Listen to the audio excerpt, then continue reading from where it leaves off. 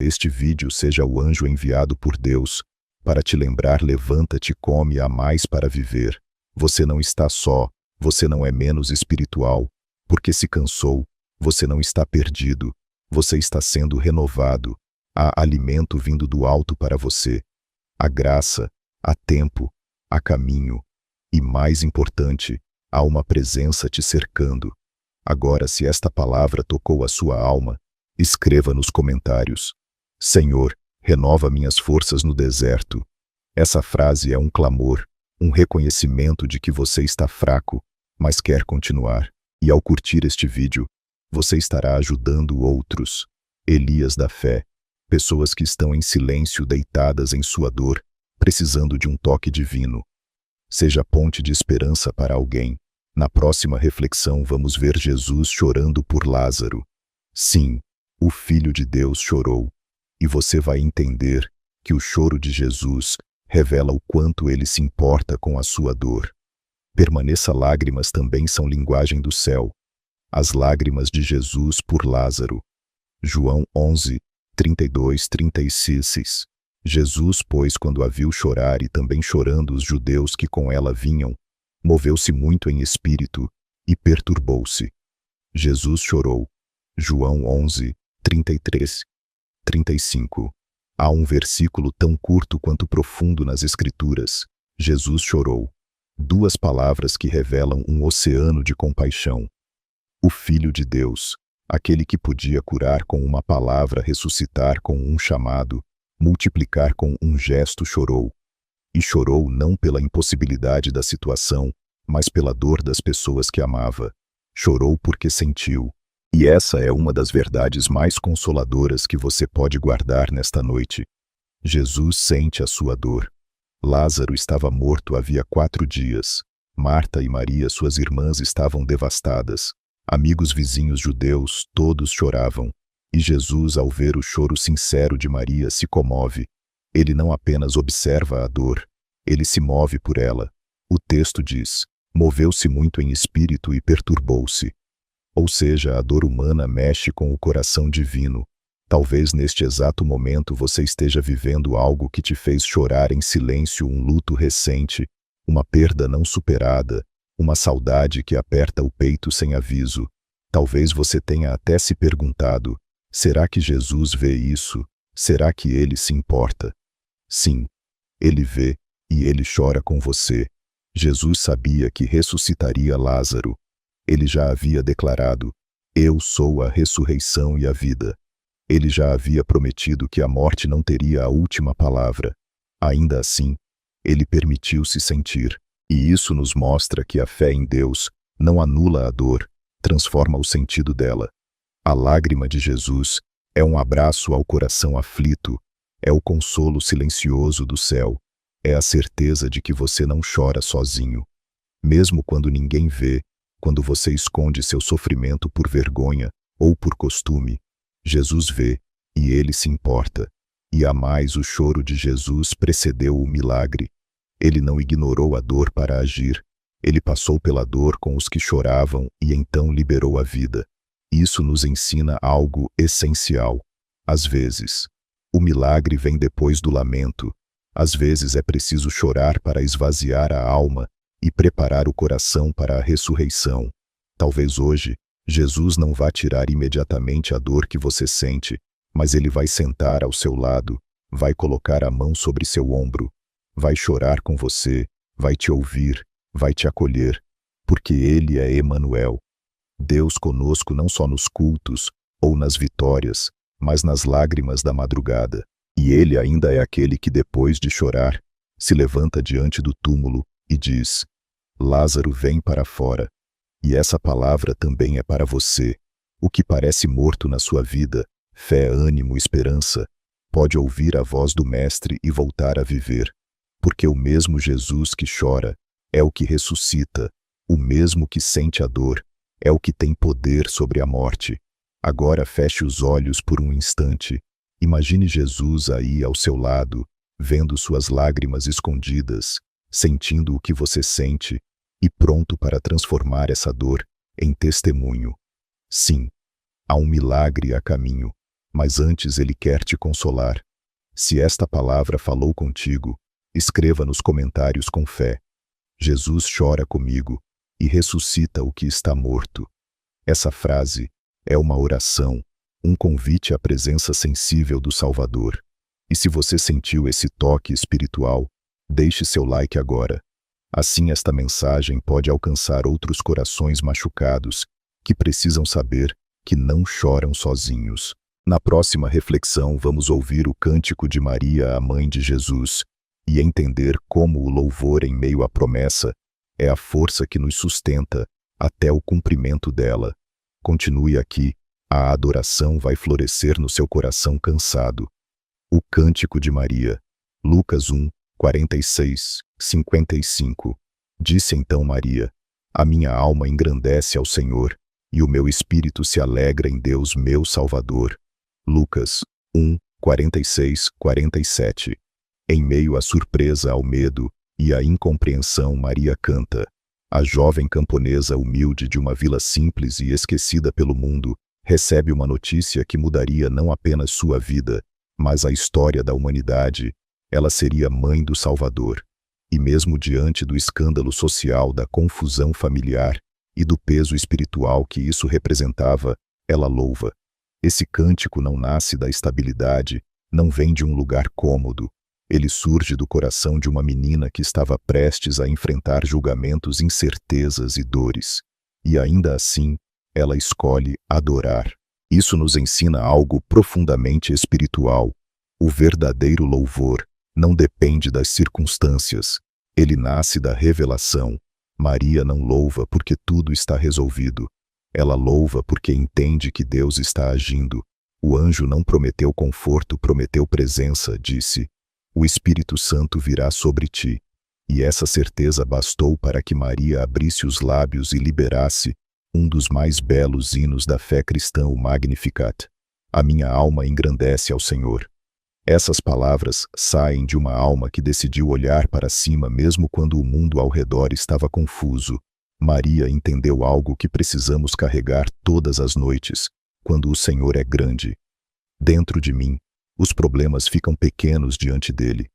Quantas vezes você se deita tentando encontrar sentido nas promessas de Deus, sabendo que Ele falou o que Ele prometeu, mas sem ver ainda o cumprimento? Nessas horas, o que sustenta o coração não é a lógica, é o louvor. Cantar antes da bênção chegar é um ato de fé, é como regar uma semente invisível, confiando que ela vai florescer.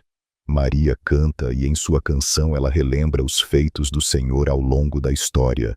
Ela diz: porque me fez grandes coisas, o poderoso e santo é o seu nome. Veja bem, ela está louvando por algo que ainda não aconteceu no físico, mas que já é real no espiritual.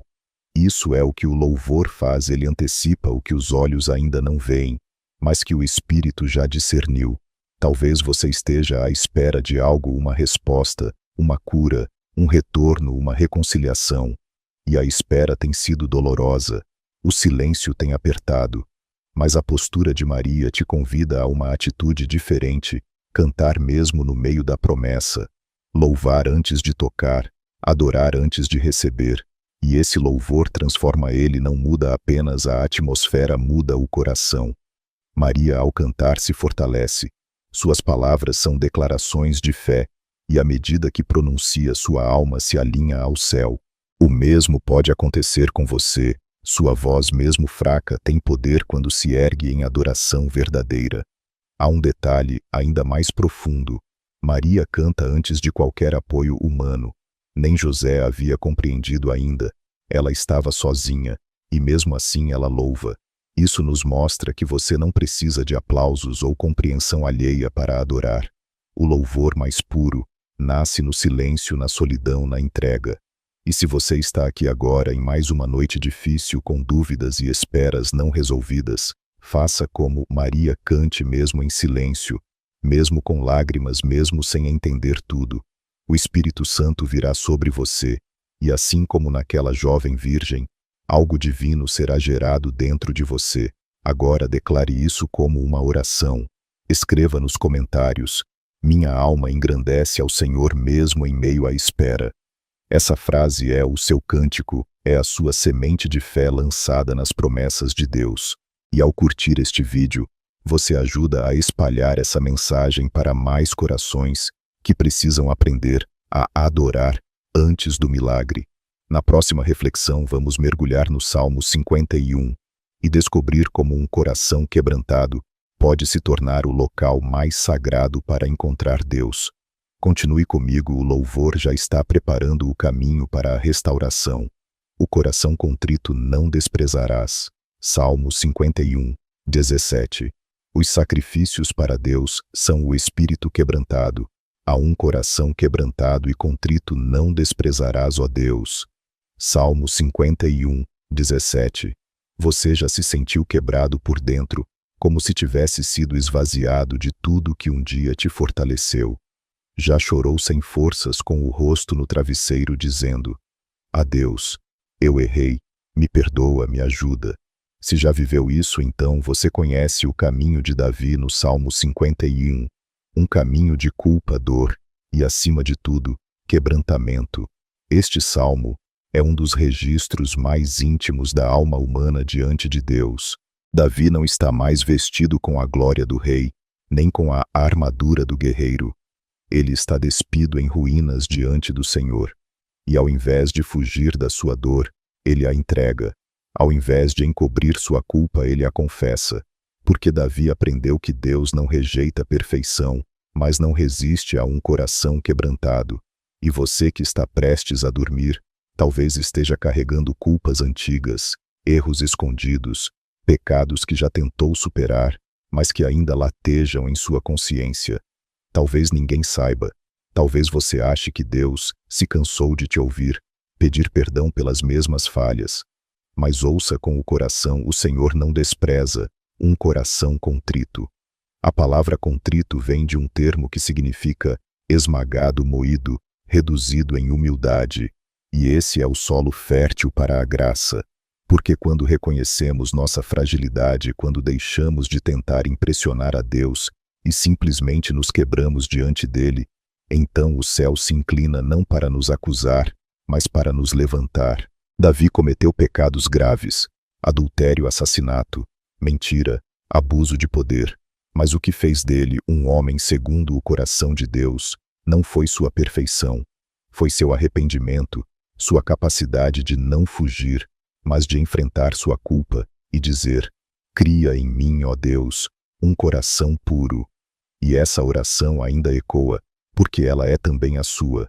Talvez você tenha passado a vida tentando ser forte, mas agora, neste silêncio noturno, está descobrindo que a verdadeira força nasce da humildade, que a maior coragem não está em se manter de pé, mas em ajoelhar-se e dizer: "Eu preciso de ti." Há algo poderoso acontecendo quando nos quebramos diante de Deus, porque Ele é o único que sabe reconstruir corações quebrados. O mundo descarta o que está rachado. Jesus restaura. Ele pega os pedaços da sua alma e faz algo novo. Não remendo nova criação, não conserto apenas transformação. E não é preciso fazer longas orações, não é preciso esperar o momento ideal. O momento é agora. O altar é seu quarto, o sacrifício é sua sinceridade, e a presença de Deus está aqui pronta para abraçar quem se rende com verdade. Davi termina seu salmo falando de restauração, de alegria recuperada, de lábios que cantarão louvores novamente. Ou seja, o quebrantamento não é o fim, é o recomeço. E talvez nesta noite este seja o seu recomeço, o momento em que você deixa de fugir e se entrega, o momento em que para de justificar e começa a confessar. Não tenha medo de ser sincero com Deus. Ele não se assusta com sua verdade. Ele se aproxima dela e se aproxima com misericórdia, com graça, com amor. Agora escreva isso com fé nos comentários. Senhor, eu te dou meu coração quebrantado. Essas palavras são mais do que um comentário, são uma entrega, uma chave espiritual, um ato de coragem. E ao curtir este vídeo, você estará estendendo essa esperança a outros corações que, como o seu, precisam saber que Deus ainda recebe os que se quebram com verdade. Na próxima reflexão, vamos mergulhar no próprio Jesus dizendo: Deixo-vos a minha paz vos dou. E você vai descobrir que essa paz não é uma ideia, mas uma presença viva, que pode invadir seu quarto agora mesmo. Fique comigo, a paz já está se aproximando. A paz que excede todo entendimento. João 14, 27. Deixo-vos a minha paz vos dou. Não vô-la dou como o mundo a dá. Não se turbe o vosso coração, nem se atemorize. João 14, 27. Quando Jesus falou essas palavras, o cenário ao redor era tudo menos tranquilo. Estavam à mesa da última ceia, e o ambiente estava pesado com a iminência da cruz. Judas já havia saído para trair Pedro, estava prestes a negar, e os discípulos confusos mal compreendiam o que estava para acontecer. E mesmo assim, Jesus fala de paz. Mas não de uma paz comum. Ele diz: a minha paz vos dou. E isso muda tudo, porque a paz de Jesus não depende do ambiente, da circunstância, nem da estabilidade emocional. Ela é dele, e portanto é sobrenatural, inabalável, divina. Você já percebeu como o mundo tenta nos oferecer paz através de controle, distração, prazer imediato, segurança financeira? Mas tudo isso é frágil. Basta uma notícia, um telefonema, um imprevisto, e a falsa paz se desfaz. Jesus, por outro lado, oferece uma paz que permanece mesmo quando o chão desaparece. Uma paz que não vem da ausência de guerra, mas da certeza da presença. E ele diz: não se turbe o vosso coração. Essa palavra turbar no original grego tem a ideia de agitar como o mar em tempestade. Jesus está dizendo: não deixem que a alma de vocês fique como um mar revolto. Eu estou aqui. Essa paz é viva, é real, é acessível, e ela pode invadir seu quarto agora. Ela não precisa esperar tudo melhorar, ela entra mesmo quando tudo está bagunçado, porque Jesus não espera a casa estar limpa para entrar, ele entra para trazer ordem. E a primeira coisa que ele organiza é o coração. Talvez você esteja lutando contra pensamentos ansiosos, talvez tenha chorado esta semana escondido com medo de não conseguir mais suportar. Talvez suas noites tenham sido cheias de ruídos invisíveis, com a mente acelerada e o espírito exausto. Mas Jesus te diz agora: eu que acalmo o mar, vos dou a minha paz. Essa paz não pode ser comprada, não pode ser produzida pela força de vontade, ela é recebida. É um presente, um alívio celestial, um descanso que não vem do mundo, mas do céu. E está disponível para você. Agora basta crer, basta abrir o coração e dizer: Jesus, eu recebo a tua paz. E há algo poderoso aqui. Essa paz não é um sentimento, é uma pessoa. Jesus é a nossa paz. Ele não envia a paz, ele é a paz. Quando você o convida a entrar, a paz entra com ele. E não importa o que esteja acontecendo ao redor, por dentro, você pode estar num jardim tranquilo, seguro, guardado. Por isso, antes de dormir, não lute com os pensamentos, não tente vencê-los com distrações, vença-os com a presença do Príncipe da Paz. Fale com ele, feche os olhos, respire e diga: Jesus, enche-me com tua paz. E você vai sentir o que milhões já sentiram ao longo dos séculos, uma paz que não se entende, mas que se vive.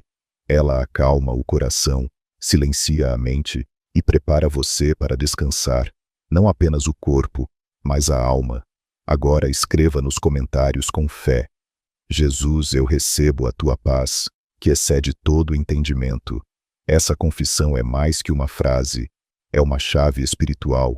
É você dizendo ao céu: eu acredito nessa promessa. E ao curtir este vídeo, você estará espalhando essa paz para outros, que talvez nunca tenham sentido isso antes, mas que hoje, através da sua atitude, também podem ser tocados.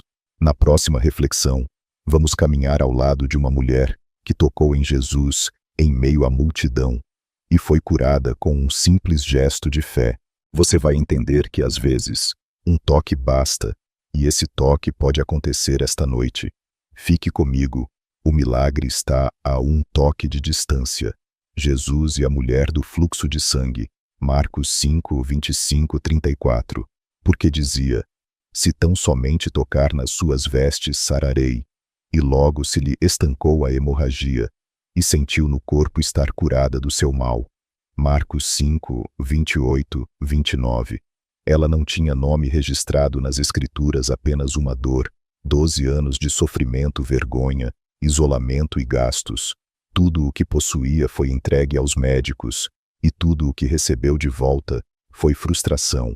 A mulher do fluxo de sangue representa milhões de corações que hoje vivem exaustos por dentro, que tentaram de tudo, ouviram de todos, mas ainda sangram. Talvez você esteja assim nesta noite, sentindo-se invisível, rejeitado, impuro, cansado de buscar ajuda sem resultado. Mas essa mulher ensina algo poderoso, a fé verdadeira insiste. Ela não se conformou com a multidão que a cercava, não permitiu que o cansaço ditasse seu futuro, não ouviu o medo, ouviu a voz da esperança. E essa esperança tinha nome: Jesus. O mais surpreendente é que ela não fez uma oração longa, não explicou seu problema, não pediu ajuda em voz alta. Ela apenas tocou. E não tocou no corpo, não tocou nas mãos, não tocou nos pés, tocou nas vestes. Isso revela que até o mínimo contato com Jesus é suficiente para mudar tudo. Quantas vezes nos sentimos distantes da presença de Deus, por acharmos que não estamos orando o suficiente, que não estamos fortes o bastante. Mas essa mulher mostra que um simples toque de fé pode romper com anos de dor. Não se trata da quantidade de palavras, mas da profundidade do coração. Ela disse consigo mesma: se eu apenas tocar. Isso é fé pura. E foi o que aconteceu no momento em que ela tocou. O fluxo cessou, aquilo que sangrava há anos foi estancado, aquilo que a definia foi desfeito. O toque gerou cura, o toque gerou transformação. E o mais belo, Jesus sentiu. Em meio à multidão ele parou, perguntou: quem me tocou? Não por ignorância, mas para mostrar que nenhum gesto de fé passa despercebido aos olhos do céu. Ela poderia ter se escondido, ela poderia ter fugido com seu milagre, mas decidiu se revelar. E ao fazer isso, Jesus não a repreende, ele a chama de filha. Que palavra poderosa! Aquela que era tida como impura, excluída, esquecida, agora recebe uma nova identidade, filha.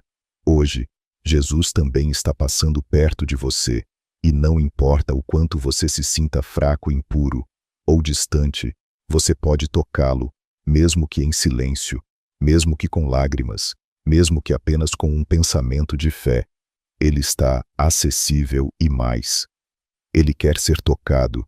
O seu toque pode não ser com as mãos, mas com o coração, uma oração sussurrada, um pensamento voltado a Ele, uma rendição em silêncio. E saiba, quando você tocar Jesus com fé, algo vai mudar dentro de você. Talvez não uma cura física, talvez não uma resposta imediata, mas uma mudança eterna, um novo nome, uma nova identidade, um novo destino. E se hoje você sente que está sangrando por dentro, lembre-se, não é o tamanho da sua força, é o tamanho da sua fé. E fé mesmo pequena move o coração de Deus. Agora, com toda a sinceridade, escreva nos comentários: Jesus, eu te toco com minha fé. Essa frase é o seu gesto espiritual. É como se você estendesse a mão através das palavras dizendo: eu creio que um toque teu pode mudar tudo. E ao curtir este vídeo, você estará estendendo essa esperança a milhares de corações que, como você, precisam de cura urgente da alma, do corpo, da história. Na próxima reflexão, vamos ao quarto de Daniel, uma história noturna, onde a oração foi mais poderosa que o decreto de morte. Você vai descobrir que o lugar secreto ainda é a maior fonte de força que um servo de Deus pode ter. Fique comigo. Você está prestes a reencontrar seu lugar de oração. A oração de Daniel à noite. Daniel 6:10. Daniel, pois quando soube que o edito estava assinado, entrou em sua casa. Ora, havia no seu quarto janelas abertas do lado de Jerusalém. E 3 vezes no dia se punha de joelhos, orava e dava graças diante do seu Deus, como costumava fazer Daniel. 6:10. O decreto era claro. Ninguém deveria fazer petição a qualquer deus ou homem, senão ao rei por 30 dias. Quem desobedecesse seria lançado na cova dos leões. Um decreto de medo, um cerco contra a fé. Mas diante da ameaça, Daniel não escondeu sua devoção, ele intensificou. Em vez de se calar, ele abriu as janelas. Em vez de recuar, ele orou. E não foi uma oração apressada feita em segredo, foi uma prática constante habitual. O texto diz que ele fazia isso como costumava fazer. Daniel não começou a orar por causa da crise. Ele já vivia no lugar secreto. E aqui há uma lição profunda. O quarto de oração é mais forte que o palácio do rei. A intimidade com Deus vale mais que o favor dos homens. A oração não é um último recurso, é a arma dos que caminham com o céu. E é por isso que, mesmo sabendo que poderia morrer, Daniel dobrou os joelhos. Quantas vezes você já foi tentado a abandonar a oração porque as circunstâncias ficaram difíceis? Quantas vezes o medo tentou te silenciar? A ansiedade te afastou da presença, a rotina te fez esquecer o altar secreto. Daniel nos mostra que nos dias mais escuros o quarto continua sendo o lugar mais sagrado da terra. O texto nos dá um detalhe precioso. Tinha janelas abertas para o lado de Jerusalém. Ou seja, mesmo longe do templo, mesmo no exílio, Daniel direcionava seu coração para o lugar da presença de Deus. Isso nos ensina que a distância física não impede a conexão espiritual. Você pode estar longe da igreja, longe das pessoas que te fortalecem, mas a presença de Deus nunca está longe. O que ele procura é um coração voltado a ele. E note, Daniel dava graças. Ele orava e agradecia mesmo com a ameaça da cova, mesmo com a morte rondando. Ele escolheu a gratidão. Isso revela um coração que confia totalmente, que sabe que Deus está no controle, mesmo quando tudo parece sair do controle humano. Naquela noite, Daniel foi lançado na cova dos leões, mas quem orou no quarto descansou na cova, porque o mesmo Deus que ouve em segredo age publicamente. O céu fechou a boca dos leões, porque um servo orou de joelhos. O mundo não entendeu, mas o céu respondeu. Hoje talvez você esteja se sentindo cercado, talvez tenha pessoas ou circunstâncias tentando te calar, pressionando sua fé, sufocando sua esperança. Mas esta palavra vem te lembrar: volte ao quarto, abra as janelas da alma, fale com Deus. Porque antes que você entre em qualquer cova, Ele já terá preparado o livramento.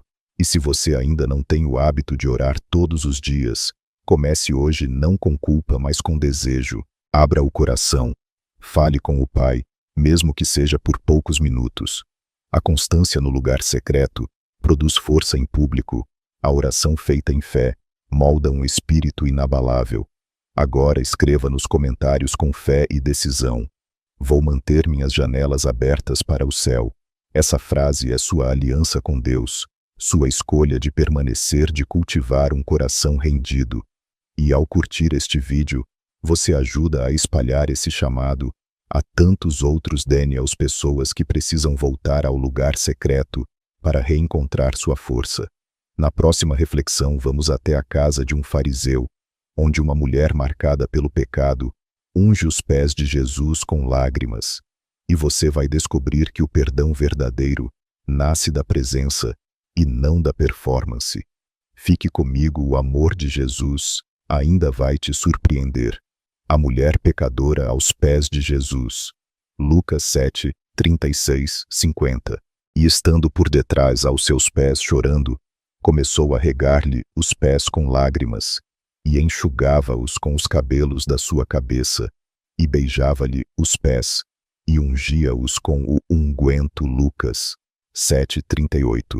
Ela entrou sem ser convidada, sabia que seria julgada, rejeitada, olhada com desprezo. Sabia que sua presença causaria desconforto, mas nada disso a impediu, porque ela não entrou naquela casa por causa das pessoas. Ela entrou por causa de Jesus, uma mulher com um passado conhecido por todos, mas com um coração disposto a se derramar por inteiro. Essa cena É uma das mais intensas de toda a Bíblia. A mulher identificada apenas como pecadora leva um vaso de alabastro cheio de perfume, algo precioso, algo caro, algo que representava sacrifício.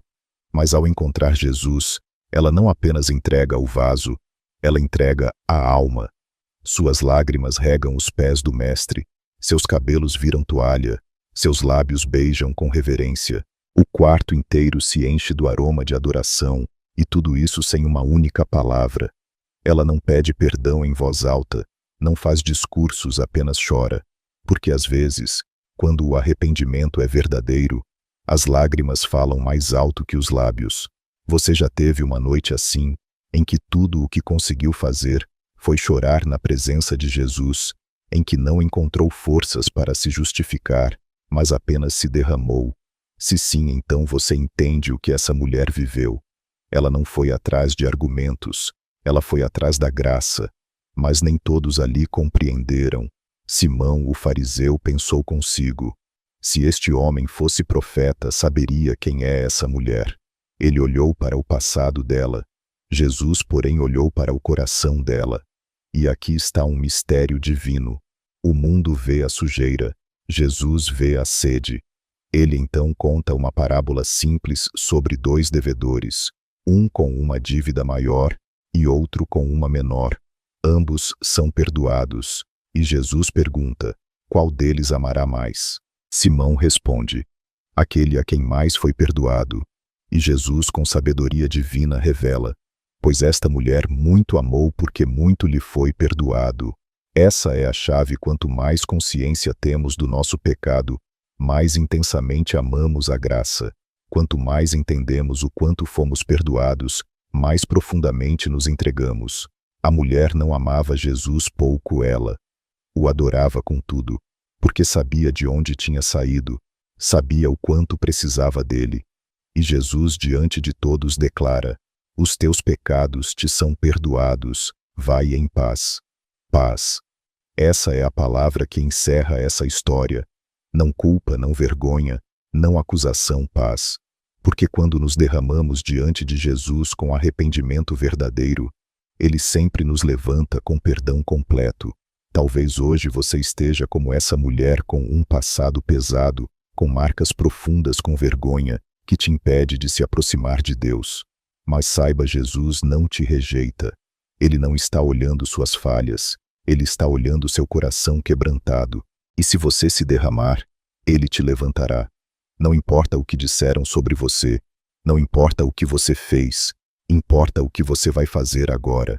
E se agora você decidir vir aos pés de Jesus, não com explicações, mas com entrega, o perdão será completo, a paz será restaurada. Agora, com fé, escreva nos comentários: Jesus, me derramo aos teus pés. Essa frase é a sua decisão de deixar o passado no altar e receber um novo começo.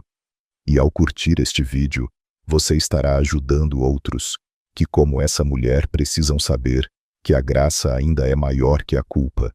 Na próxima reflexão vamos vestir a armadura de Deus e descobrir como até o sono pode ser protegido por uma vida de oração e vigilância espiritual. Você vai aprender a repousar como um guerreiro, em paz.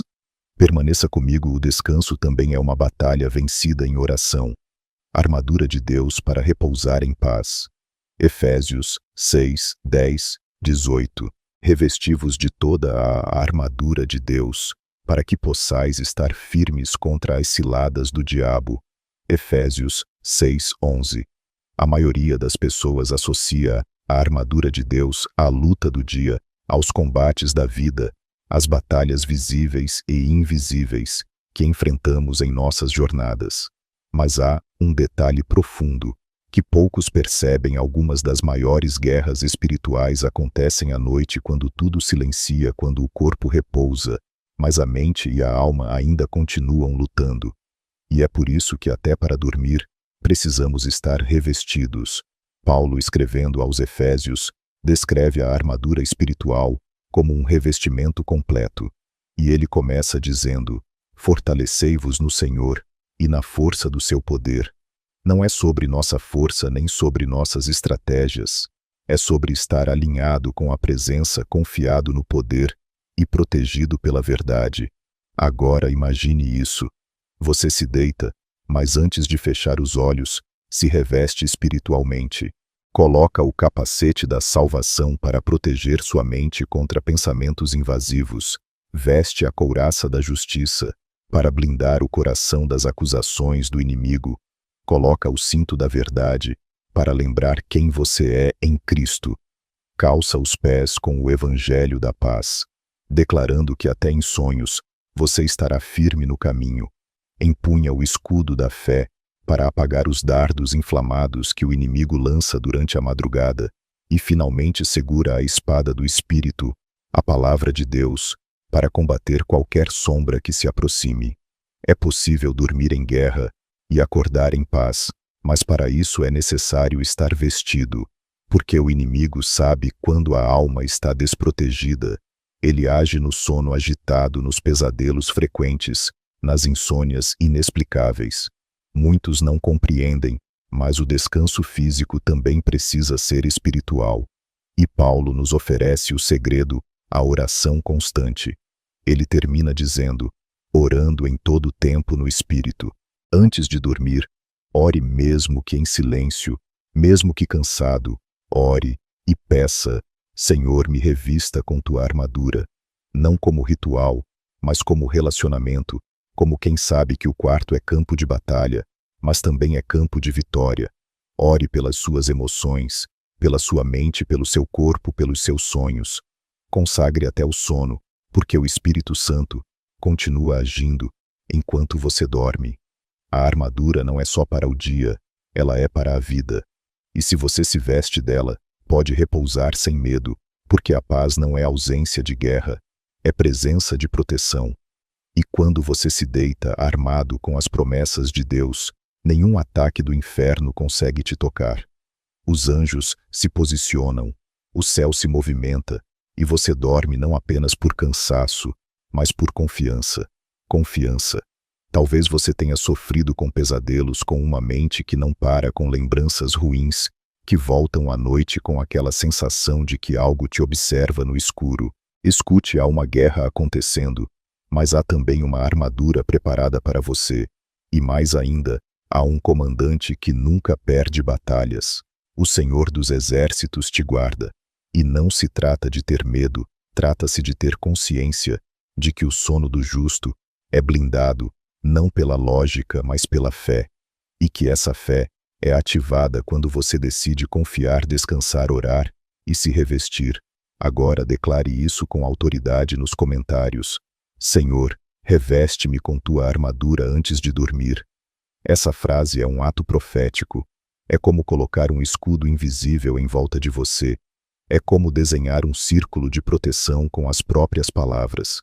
E ao curtir este vídeo, você ajuda a espalhar essa verdade para outros que vivem o cansaço espiritual da noite e precisam saber que a paz começa na preparação. Na próxima reflexão, vamos embarcar com Jesus e seus discípulos num barco, mas desta vez vamos ver o repouso de Cristo enquanto o mar se agita, e você vai entender que descansar no meio da tempestade é possível quando se está com o Mestre a bordo. Fique comigo. O descanso está apenas começando a se aprofundar. O descanso no barco com Jesus. Lucas 8:22. E navegando, eles adormeceu, e sobreveio uma tempestade de vento no lago, e enchiam-se de água, estando em perigo. Lucas 8:23.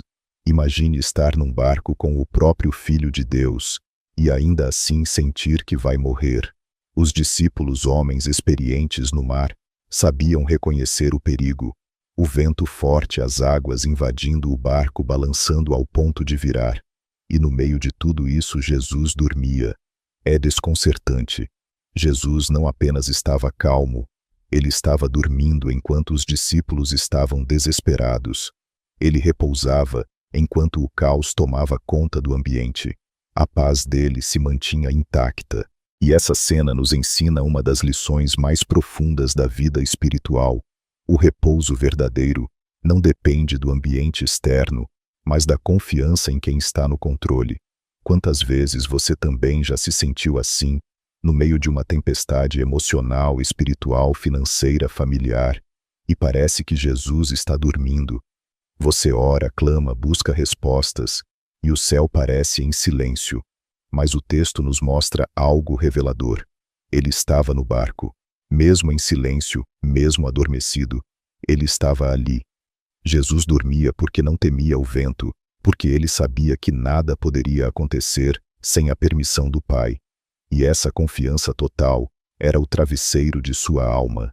Ele repousava porque sabia que estava seguro mesmo no meio do mar revolto. Esse descanso não é passividade, é convicção, é fé absoluta, é a certeza de que a tempestade não tem a última palavra. Os discípulos, porém, cederam ao medo e, com o coração cheio de pânico, acordaram o Mestre com uma pergunta angustiante. Mestre, não te importa que pereçamos? Essa é a pergunta de muitos durante a noite. Senhor, o Senhor está me vendo, o Senhor se importa.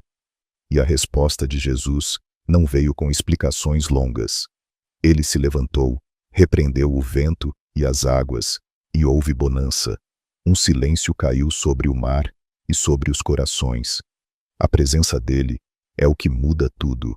Não é o tamanho da tempestade que determina o fim, é quem está no barco. E se Jesus está contigo, não importa o quanto balança, você não vai afundar. Pode entrar água, pode parecer instável, pode doer, pode te deixar sem chão, mas não vai te destruir. Após acalmar o mar, Jesus faz uma pergunta: onde está a vossa fé? Ele não perguntou se os discípulos tinham fé, mas onde ela estava, porque a fé verdadeira precisa estar nele, no caráter de Cristo, na soberania de Deus, na certeza de que se ele está presente há segurança mesmo sem explicações. E talvez hoje essa seja a sua oração. Jesus acorda, faz alguma coisa. Mas a verdade é que ele nunca esteve indiferente.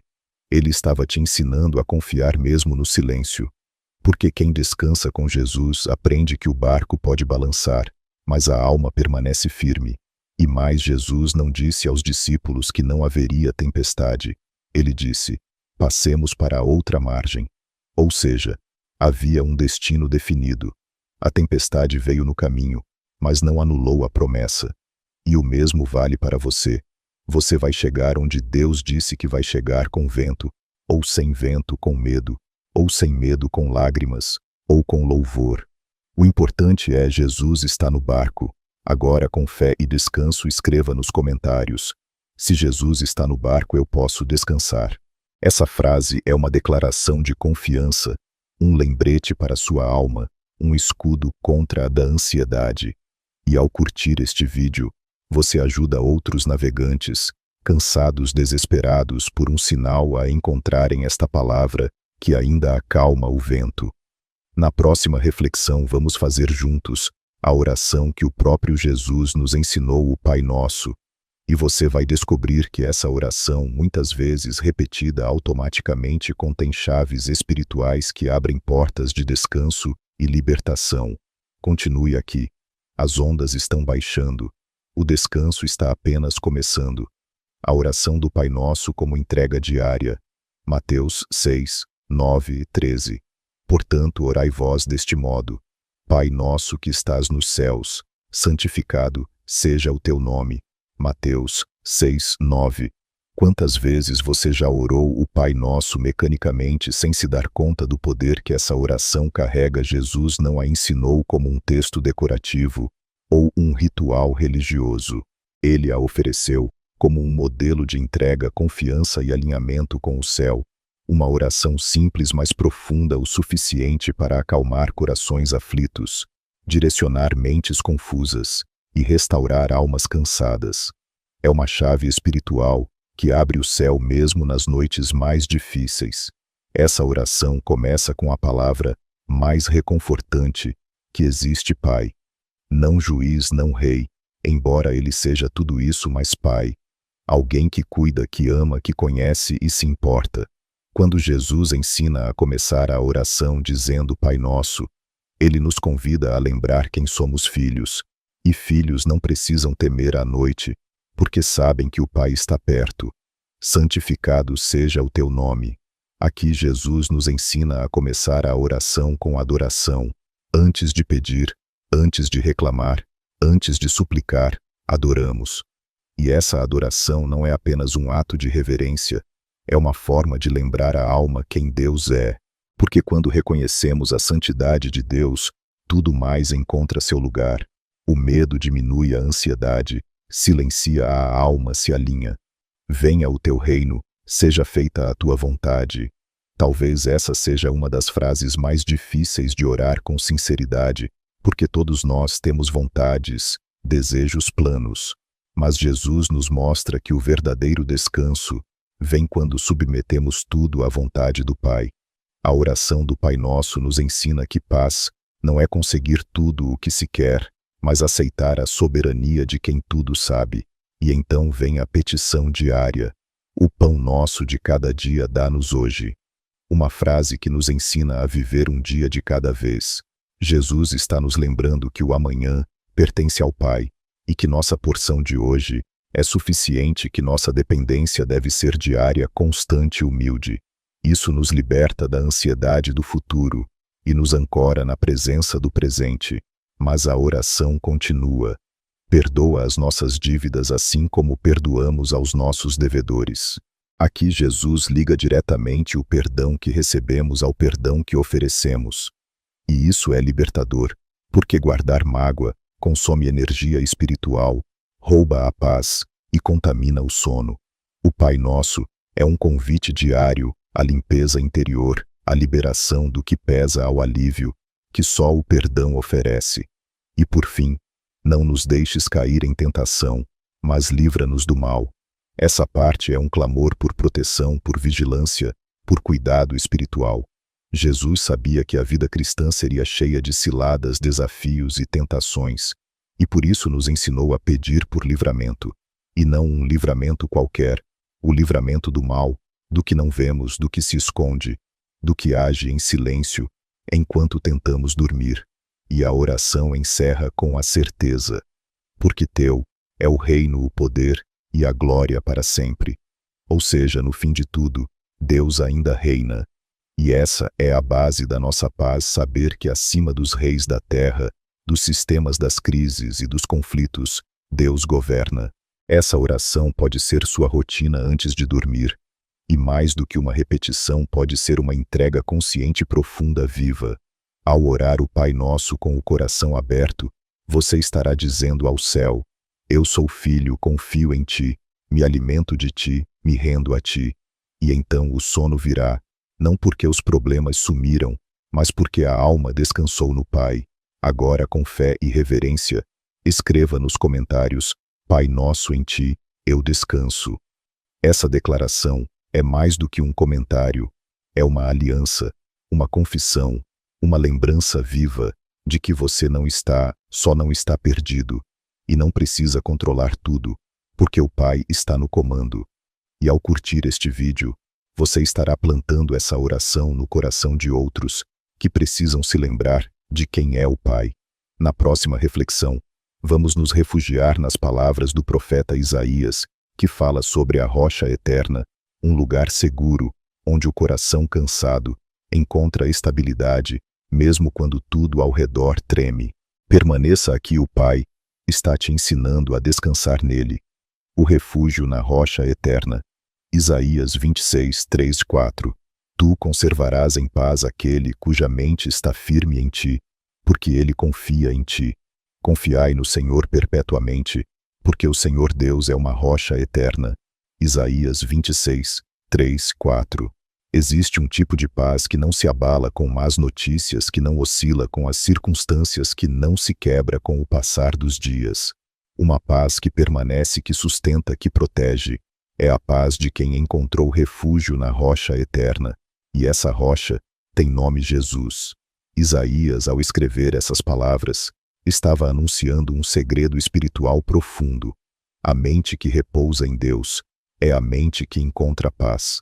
Não é a mente que entende tudo, nem a que resolve tudo, mas a que está firme em Deus.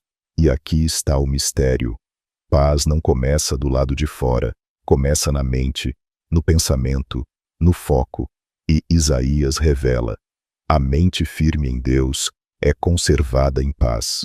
Talvez você esteja tentando encontrar descanso mudando o ambiente, desligando luzes, silenciando barulhos, tomando remédios. E há valor em tudo isso. Mas a paz verdadeira não é fruto de silêncio externo, é fruto de estabilidade interna. E essa estabilidade nasce da confiança, porque Ele confia em ti. Confiar não é simplesmente acreditar que Deus existe, é descansar, sabendo que Ele está no controle, que Ele sabe o que faz, que Ele é bom mesmo quando tudo parece ruim. Confiar é colocar a cabeça no travesseiro e dizer: Senhor, eu não entendo, mas eu confio. E Isaías continua com uma exortação: confiai no Senhor perpetuamente. Ou seja, não é uma confiança passageira emocional, baseada em momentos. É uma confiança contínua, diária, permanente que atravessa noites escuras, madrugadas angustiadas, semanas de silêncio que diz: mesmo que tudo mude, Deus não muda. E ele encerra com uma declaração poderosa: porque o Senhor Deus é uma rocha eterna. Eternidade, estabilidade e firmeza. Em um mundo onde tudo é mutável, frágil, inconstante, Deus permanece como rocha. E quando você constrói sua fé sobre essa rocha, os ventos sopram, as águas batem, mas a casa não cai porque o fundamento é eterno. Jesus usou essa mesma metáfora ao dizer que quem ouve suas palavras e as pratica é como um homem que construiu a casa sobre a rocha. Quando a tempestade veio, a casa resistiu. Não porque era bonita, não porque era grande, mas porque estava firmada no lugar certo. Nesta noite talvez sua alma esteja tremendo, mas se a sua mente estiver firme em Deus, Ele te conservará em paz. Ele vai te guardar de pensamentos destrutivos, de confusões internas, de inquietações, sem nome. Ele será tua rocha, e você vai dormir sabendo que mesmo que tudo ao redor balance, você está em segurança. Agora, com toda a fé, escreva nos comentários: Jesus, tu és a minha rocha eterna. Essa confissão é uma âncora. Para o coração é uma forma de declarar que você não está mais à deriva, que você tem onde se apoiar, que há fundamento, estabilidade e segurança. E ao curtir este vídeo, você estará ajudando outros corações abalados a encontrarem também esse lugar firme. Na próxima reflexão, vamos para um dos momentos mais sagrados da cruz, quando Jesus entrega o seu Espírito ao Pai, e vamos descobrir que entregar-se completamente é o maior ato de confiança e descanso que existe. Permaneça, a rocha está te sustentando. A entrega de Jesus na cruz ao Pai, Lucas 23:46. E clamando Jesus com grande voz disse: Pai, nas tuas mãos entrego o meu espírito. E havendo dito isso, expirou. Lucas 23:46.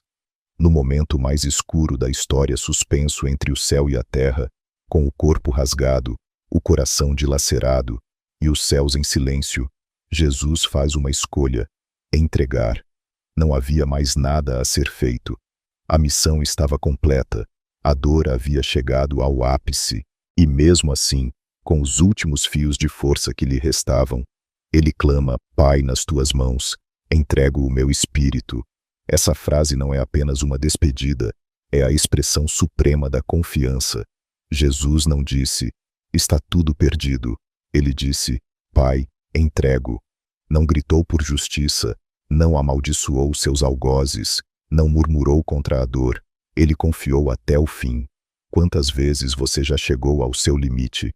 Momentos em que não há mais forças para lutar, decidir, controlar, planejar. Noites em que o silêncio grita mais alto que os pensamentos, e o peso da alma parece insuportável. É nessas horas que a entrega se torna o maior ato de fé. Jesus mesmo na cruz ainda chamava Deus de Pai. E isso nos ensina que mesmo na dor extrema, Deus continua sendo Pai. Mesmo quando tudo parece errado, quando não há explicações, quando o céu parece distante, Ele continua sendo bom. O que Jesus fez ali foi algo que você pode fazer hoje, agora, antes de dormir. Entregar sua alma cansada, entregar suas dúvidas, Entregar os fardos que você vem carregando sozinho. Entregar os medos que não consegue vencer. Entregar o que te prende, o que te dói, o que te assombra. Pai, nas tuas mãos. Perceba que Jesus não disse nas minhas forças ou nos meus planos, mas nas tuas mãos. Isso é descanso, descanso verdadeiro, descanso que não vem quando tudo se resolve, mas quando a alma se rende. E quando você entrega, não está desistindo, está confiando, não está perdendo, está colocando nas mãos certas, mãos que criaram o universo, mãos que curaram leprosos, mãos que levantaram mortos, mãos que foram cravadas por amor a você. Essas mãos são seguras, e nelas sua alma pode repousar. Jesus entregou sim, mas não em desespero. Ele entregou com autoridade. Ele sabia que a morte não era o fim, que o Pai era fiel, que haveria ressurreição. E a mesma certeza pode repousar no seu coração. O que você entrega ao Pai não morre, é transformado. Talvez hoje o Espírito Santo esteja te chamando a abrir mão do controle, a dizer com os lábios e com a alma: Pai, eu não entendo tudo, mas eu entrego. E quando essa entrega é feita com sinceridade, a paz desce o cansaço, perde força a angústia, se dissolve porque o coração sabe. Está tudo nas mãos dele. Agora, com fé e rendição, escreva nos comentários: Pai, nas tuas mãos entrego tudo. Essa frase é seu altar, sua cruz, sua entrega. E ao curtir este vídeo, você estará ajudando a espalhar essa mensagem a outros que também precisam largar o fardo e descansar nos braços eternos do Pai. Na próxima reflexão, vamos ouvir o suspiro de Jó, um homem que desejou a morte no meio da dor, mas reencontrou a esperança ao ouvir a voz de Deus no meio da tempestade. Você vai descobrir que até o lamento pode ser o início de um novo começo. Fique comigo, o Pai está recebendo tudo o que você entrega. O suspiro de Jó em meio à dor. Jó 3, 24-26. Em vez do meu alimento, vêm os meus gemidos, e os meus lamentos se derramam como água, porque aquilo que temo me sobrevém, e o que receio me acontece. Nunca estive descansado, nem sosseguei, nem repousei, mas veio sobre mim a perturbação. Jó 3, 24-26. Se há alguém nas Escrituras que conheceu a dor em sua forma mais crua e silenciosa, esse alguém foi Jó. Ele era um homem íntegro, temente a Deus, abençoado em todas as áreas, família, saúde, riqueza, honra. E em poucos dias perdeu tudo. A dor que se instala em Jó não é apenas física, é existencial, é profunda. É aquela dor que rouba o sono, que seca o apetite, que transforma o gemido em oração. Neste trecho do capítulo 3, Jó não está gritando, ele está suspirando. Seu clamor é abafado, seu lamento é como água que escorre constante, incontrolável, silenciosa. E talvez você já tenha sentido isso. Talvez esteja sentindo isso agora, uma dor que não tem nome exato, que se instala no peito e tira até o fôlego. Ele diz: nunca estive descansado, nem sosseguei, nem repousei.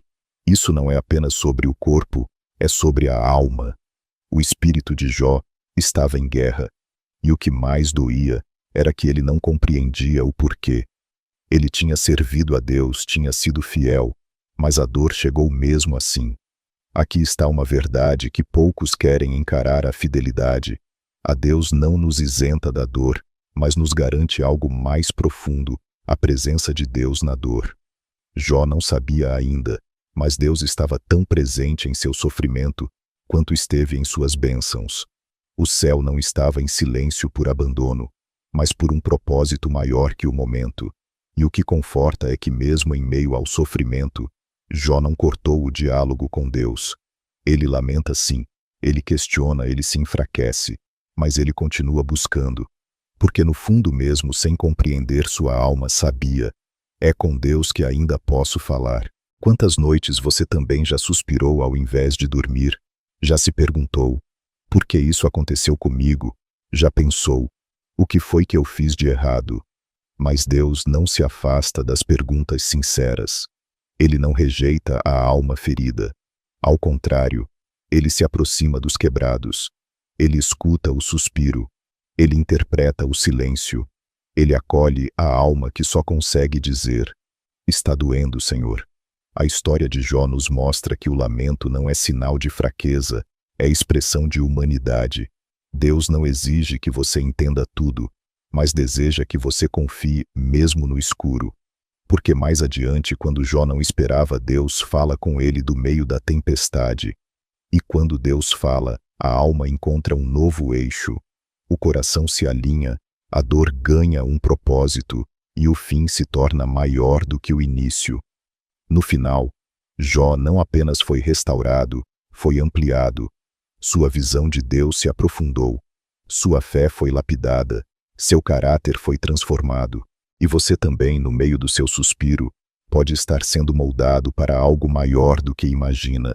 Hoje, antes de dormir, talvez você não consiga fazer uma oração longa, talvez só consiga suspirar, mas saiba, o Espírito Santo intercede por você com gemidos inexprimíveis. E enquanto você apenas respira, Deus age.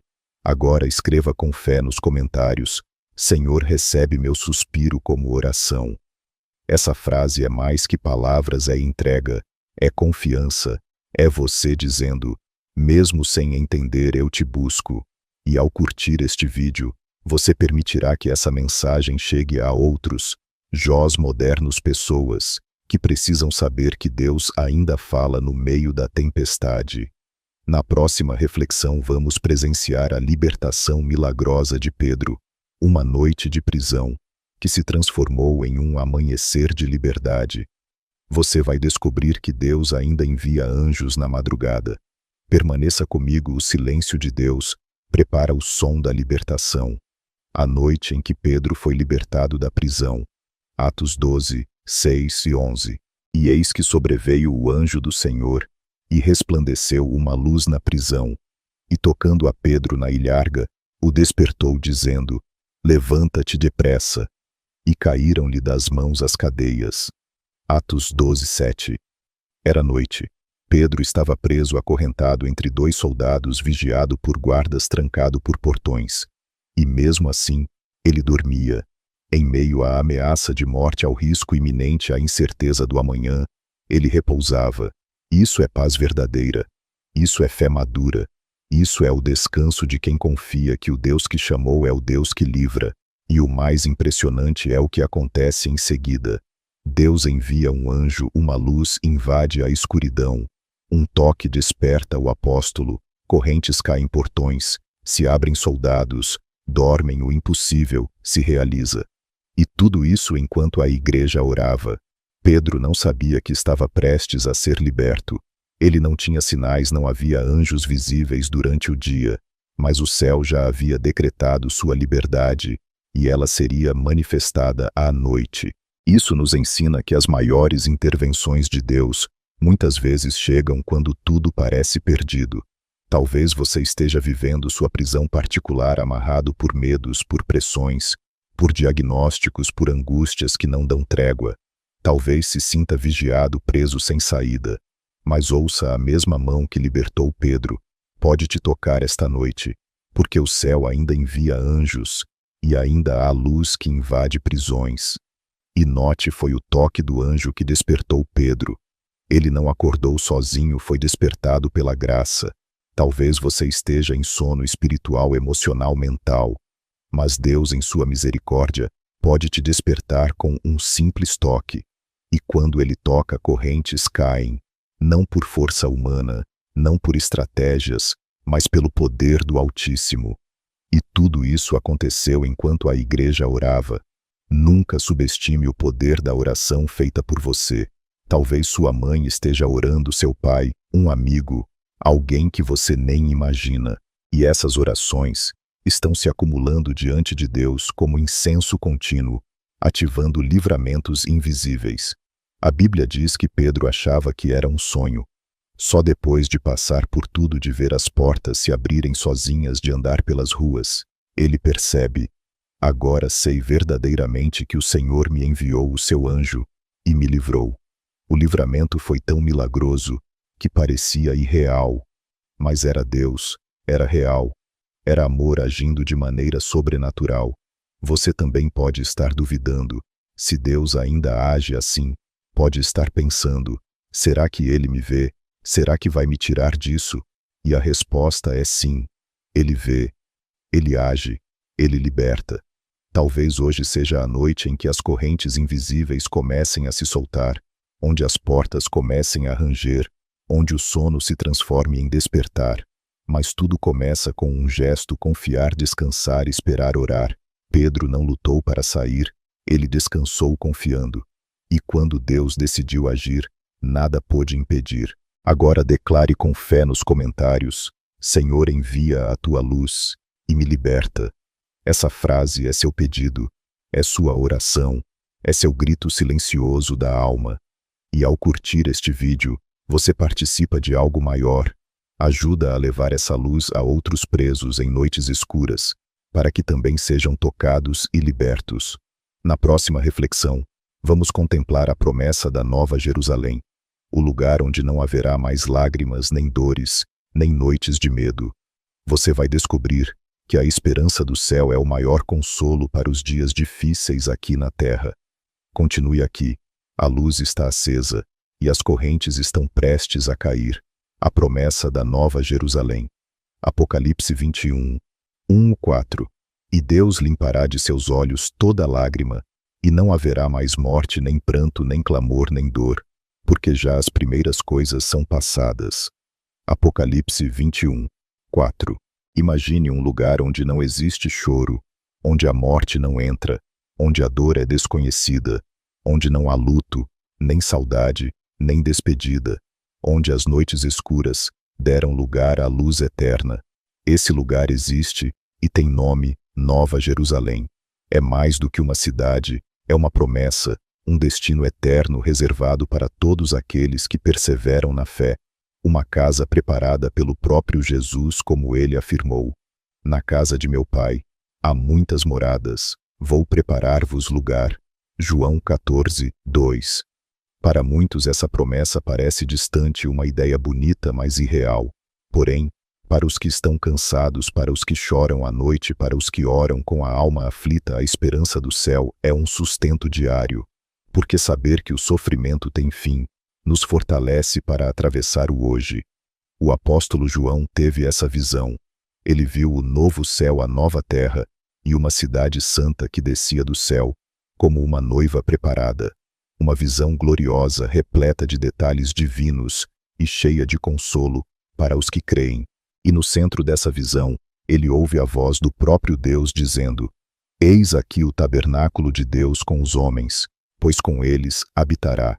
Essa é a promessa maior: Deus habitará conosco, não haverá mais separação, não precisaremos orar por fé, o veremos face a face, não mais sentiremos saudade do invisível. Ele será o nosso tudo. E então vem a frase que arrebata a alma: Deus limpará dos olhos toda lágrima. Veja, não serão os anjos, não será outra pessoa, será o próprio Deus.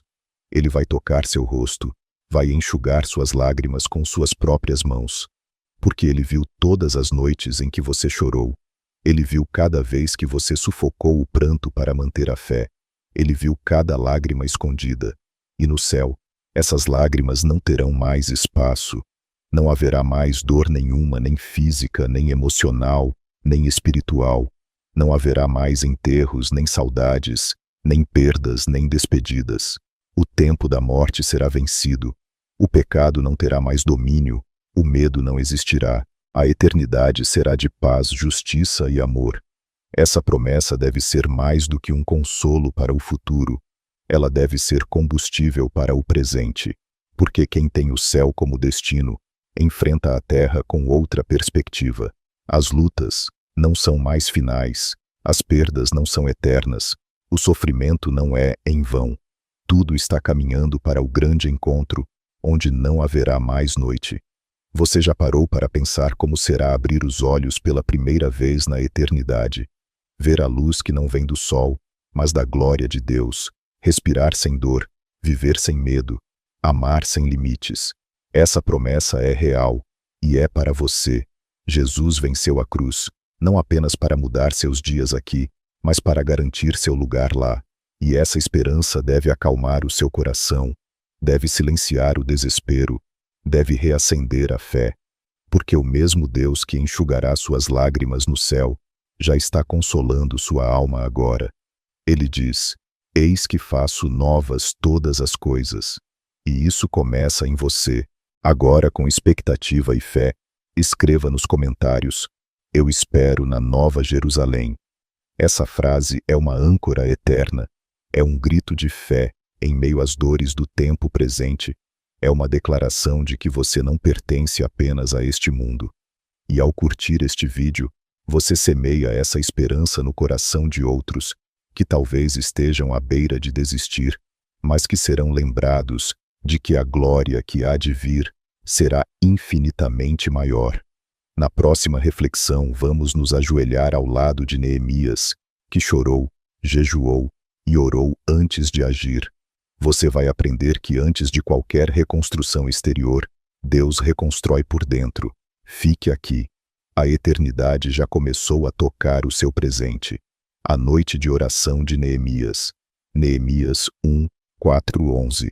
E sucedeu que, ouvindo eu estas palavras, assentei-me, e chorei, e lamentei por alguns dias, e estive jejuando e orando perante o Deus dos céus. Neemias 1, 4. Nem todas as guerras se vencem com espadas. Algumas são vencidas com lágrimas no travesseiro, com joelhos dobrados em silêncio, com súplicas feitas na calada da noite. Neemias nos ensina que antes de reconstruir os muros de Jerusalém, foi preciso reconstruir o altar da sua alma. E esse altar foi erguido durante a madrugada quando ninguém mais via, mas o céu inteiro ouvia.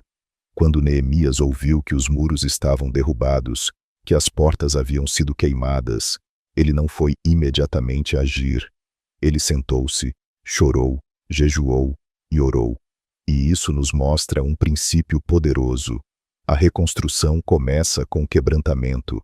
Antes que Deus restaure o que está fora, Ele restaura o que está dentro. Quantas vezes você já olhou para a sua vida e se sentiu como Jerusalém? Muros derrubados, brechas abertas, portas queimadas pelo fogo das circunstâncias da perda do pecado ou da decepção. Às vezes, as pessoas até te veem de pé, mas só você sabe o quanto está ruído por dentro. E é nesse ponto que Neemias nos inspira. Ele não ignorou a dor, ele levou a dor ao altar. Neemias orou com base na fidelidade de Deus. Ele reconheceu o pecado do povo, se incluiu no arrependimento e lembrou ao Senhor das suas promessas. Ele não usou a oração como uma forma de manipular o céu. Ele orou como quem sabe que só Deus pode reerguer o que o homem não pode. E o mais profundo é que ele não pediu apenas ajuda, ele pediu perdão. Neemias sabia que as ruínas não eram apenas resultado de inimigos externos, mas também de infidelidade interna. E isso nos ensina que a verdadeira restauração exige sinceridade. Não há reconstrução onde não há arrependimento.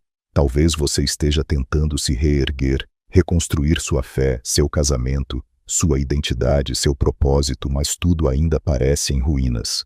A chave que Neemias nos entrega é clara. Volte à oração, volte ao jejum, volte às lágrimas sinceras. Porque quando o céu encontra um coração quebrantado, a reconstrução começa antes mesmo que os tijolos sejam movidos. Neemias passou dias orando antes de agir. E quando chegou o momento de se apresentar ao rei, ele já estava fortalecido, já havia recebido instruções divinas, já tinha carregado nos ombros em secreto a missão que Deus confiaria a ele em público. A intimidade no secreto antecede o impacto no visível. Nesta noite, talvez sua única ação seja essa: dobrar os joelhos e orar como Neemias, contar tudo, confessar, clamar, pedir graça, lembrar a Deus das promessas que você quase esqueceu e confiar que mesmo sem ver nada se levantar agora, o céu já começou a agir.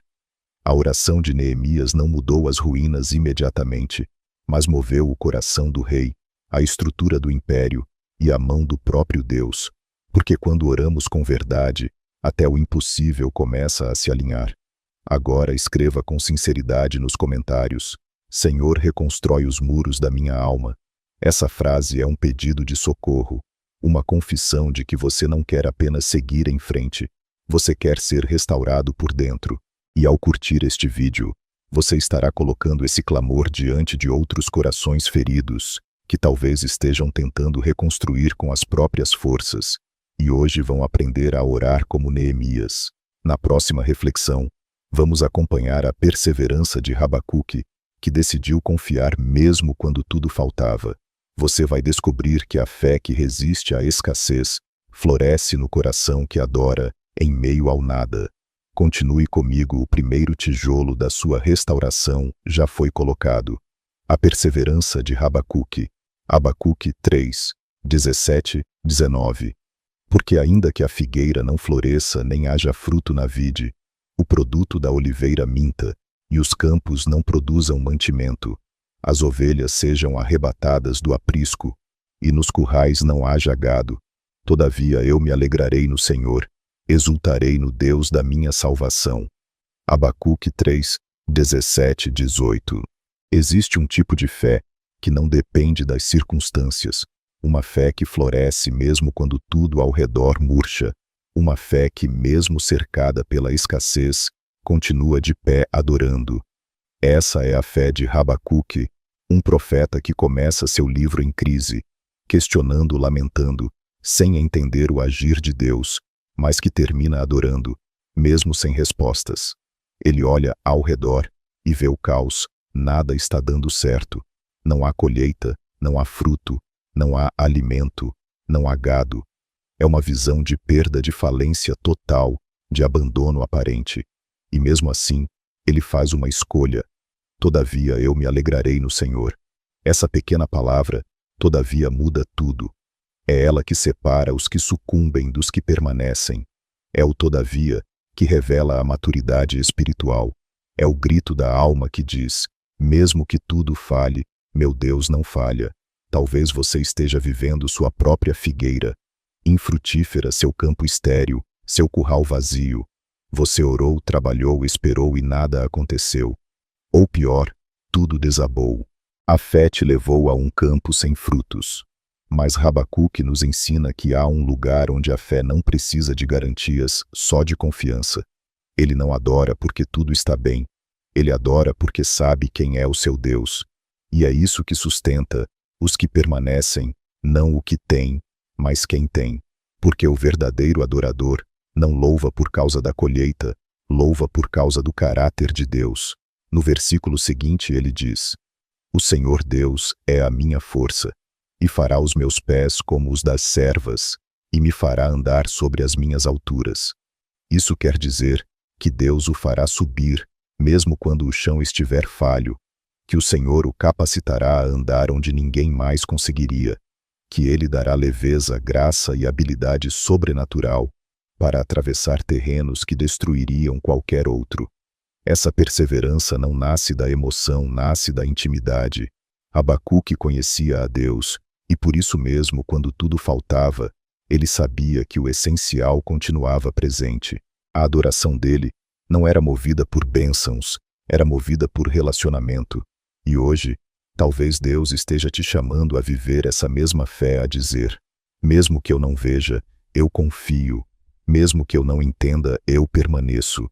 Mesmo que tudo falte, Jesus ainda é meu tudo.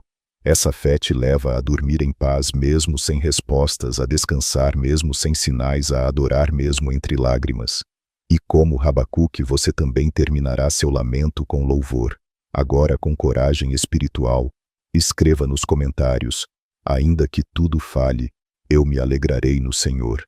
Essa frase é o seu, todavia é a ponte entre o que você perdeu e o que Deus ainda vai fazer. E ao curtir este vídeo, você espalha essa força para outros corações que também estão olhando campos vazios, mas vão aprender a se alegrar no Deus da salvação. Na próxima reflexão vamos mergulhar no livro de Hebreus e descobrir que existe um descanso prometido para o povo de Deus, um repouso que vai além do sono e que restaura o espírito no mais profundo.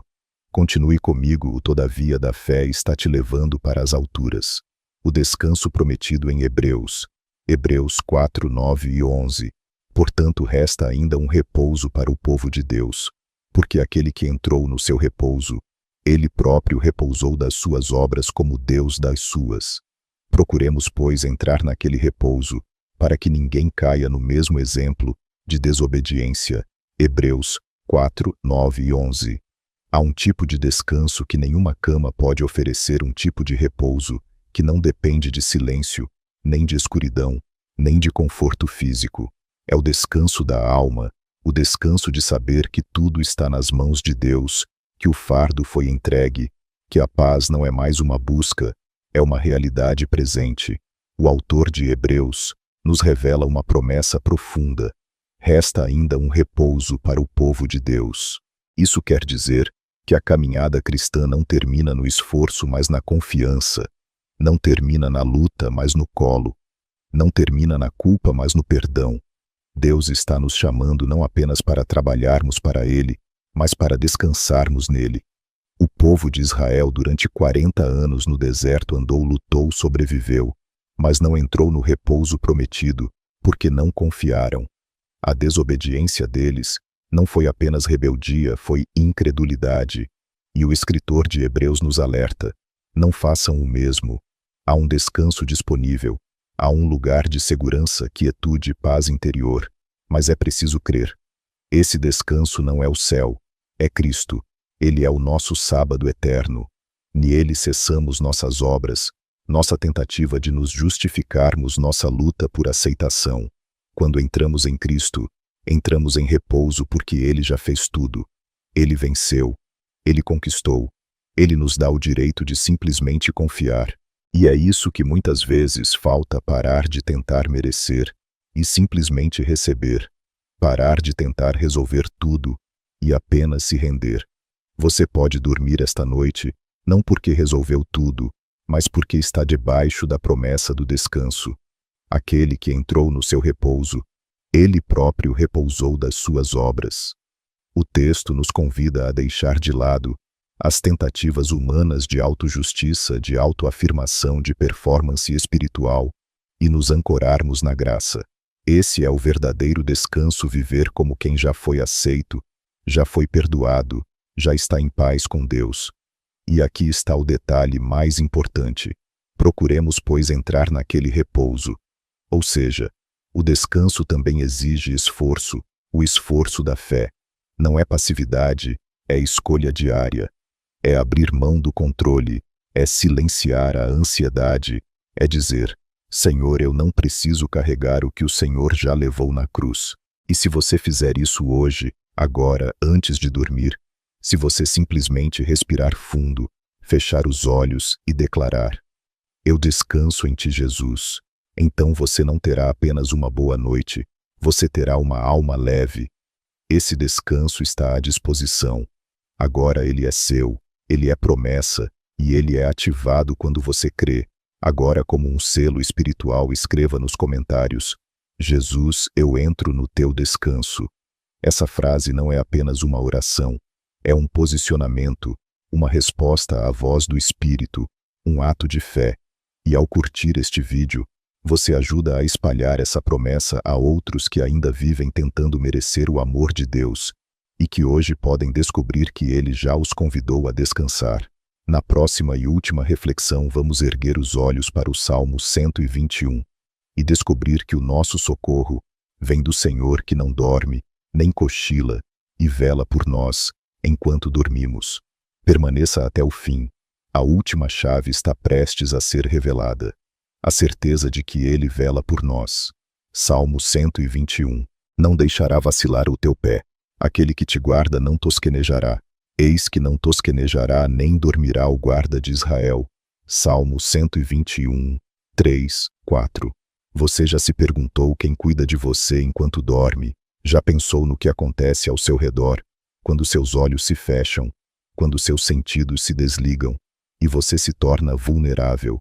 O Salmo 121 responde com firmeza e ternura: Deus não dorme. Deus vela por você. O salmista começa esse salmo com uma pergunta cheia de expectativa: elevo os meus olhos para os montes, de onde me virá o socorro? E a resposta vem: como um suspiro de alívio para todos os que vivem noites inquietas. O meu socorro vem do Senhor que fez o céu e a terra. Sim, o mesmo Deus que criou o universo com palavras também se inclina para velar o seu sono. Ele não cochila, não se distrai, não perde você de vista. Enquanto você dorme, ele trabalha. Enquanto você descansa, ele se mantém de pé, como um guarda atento diante da sua porta. Quantas vezes você foi salvo de perigos invisíveis enquanto dormia? Quantas batalhas espirituais foram vencidas nas madrugadas, sem que você sequer soubesse que estava em risco, porque o guarda de Israel estava de sentinela, e não há inimigo por mais sorrateiro que possa escapar de seus olhos. O versículo 3 diz: não deixará vacilar o teu pé.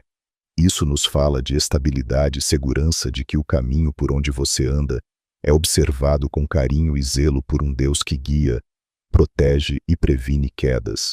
Mesmo quando tropeçamos, mesmo quando escorregamos, Ele nos sustenta.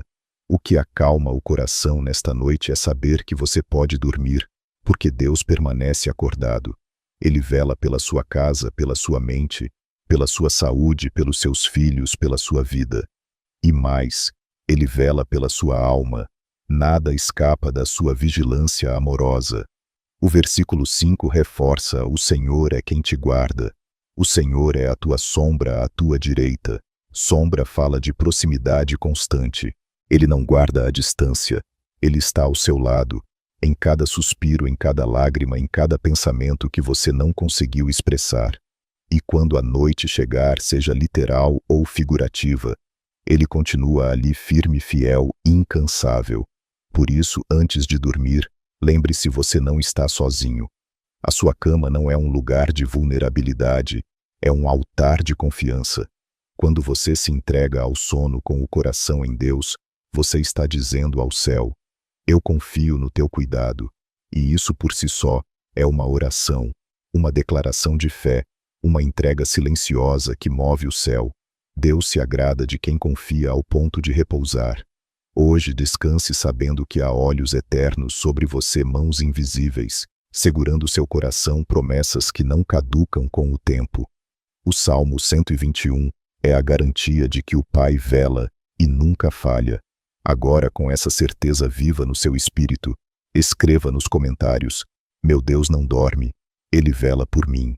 Essa frase é o selo desta jornada, uma declaração de que sua alma tem abrigo. E ao curtir este vídeo, você estará permitindo que mais corações aflitos descubram essa verdade e finalmente encontrem o descanso que tanto buscam. Na próxima e última parte deste vídeo, vamos ao grande encerramento, uma celebração espiritual por tudo o que Deus fez ao longo desta jornada e um chamado poderoso para que você permaneça nessa fé dia após dia. Fique comigo até o fim. A vigília do Senhor ainda está sobre você. Encerramento e chamada à ação. Se você chegou até aqui, preciso te dizer uma verdade que poucos escutam. Você é especial. Sim, é isso mesmo.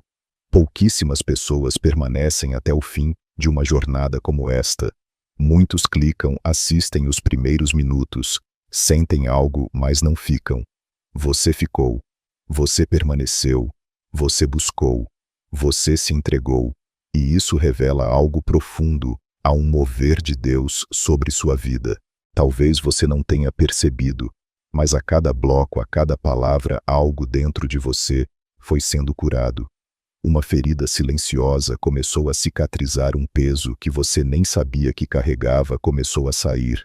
Você foi tocado, visitado, renovado, e isso é obra do Espírito Santo. Este vídeo não foi apenas conteúdo, foi um encontro, foi um santuário construído em meio ao seu cotidiano. Foi Deus dizendo: eu vejo você. Foi o céu se inclinando para lembrar que você não foi esquecido. Agora quero te pedir algo muito especial. Se você realmente chegou até o final, quero que escreva nos comentários: minha alma descansou nos braços de Jesus. Essa frase será o sinal, a marca, o testemunho de que você pertence a esse grupo de escolhidos que valorizam a presença de Deus mais do que a pressa do mundo. E quando eu ler essa frase nos comentários, Saberei que você é um dos que atravessaram a noite comigo, um dos que suportaram o silêncio para ouvir a voz, um dos que não abandonaram o caminho no meio da estrada. Você é sem dúvida um dos que tem fome de Deus.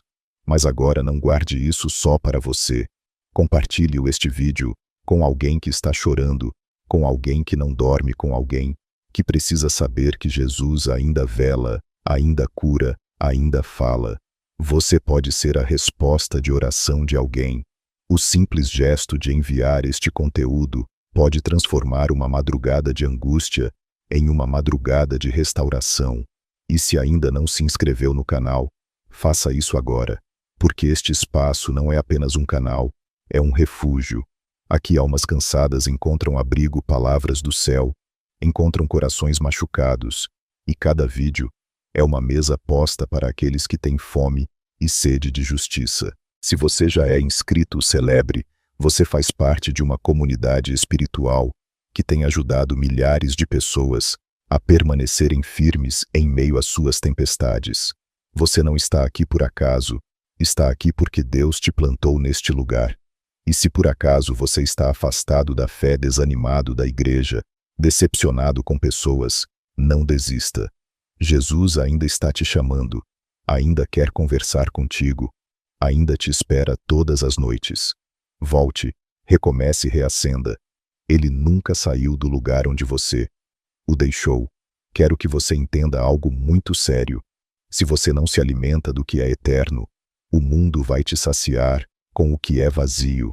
E é por isso que eu te digo, continue assistindo os vídeos deste canal, continue se nutrindo da palavra, continue buscando, mesmo que aos poucos, mesmo que cansado, porque é assim que a chama volta a queimar. Agora, antes de encerrar este momento sagrado, quero te convidar a fazer algo simples, mas poderoso. Fique quieto por alguns minutos. Apenas isso. Não pause ainda, não vá embora apressado. Fique em silêncio e diga ao Senhor com o coração: obrigado. Apenas agradeça. Agradeça por esta noite, pelo dia de hoje, pela oportunidade de... Quero expressar minha profunda gratidão a você que está aqui acompanhando esta mensagem e permitindo que Deus fale ao seu coração. Não é por acaso que você chegou até este vídeo. É um presente divino, um momento preparado para transformar sua vida. Se essa palavra tocou sua alma, não deixe de se inscrever no canal e ativar o sininho. Seu apoio faz com que essa mensagem de fé e esperança alcance ainda mais vidas que precisam de um toque do Espírito Santo. Vamos juntos espalhar essa luz.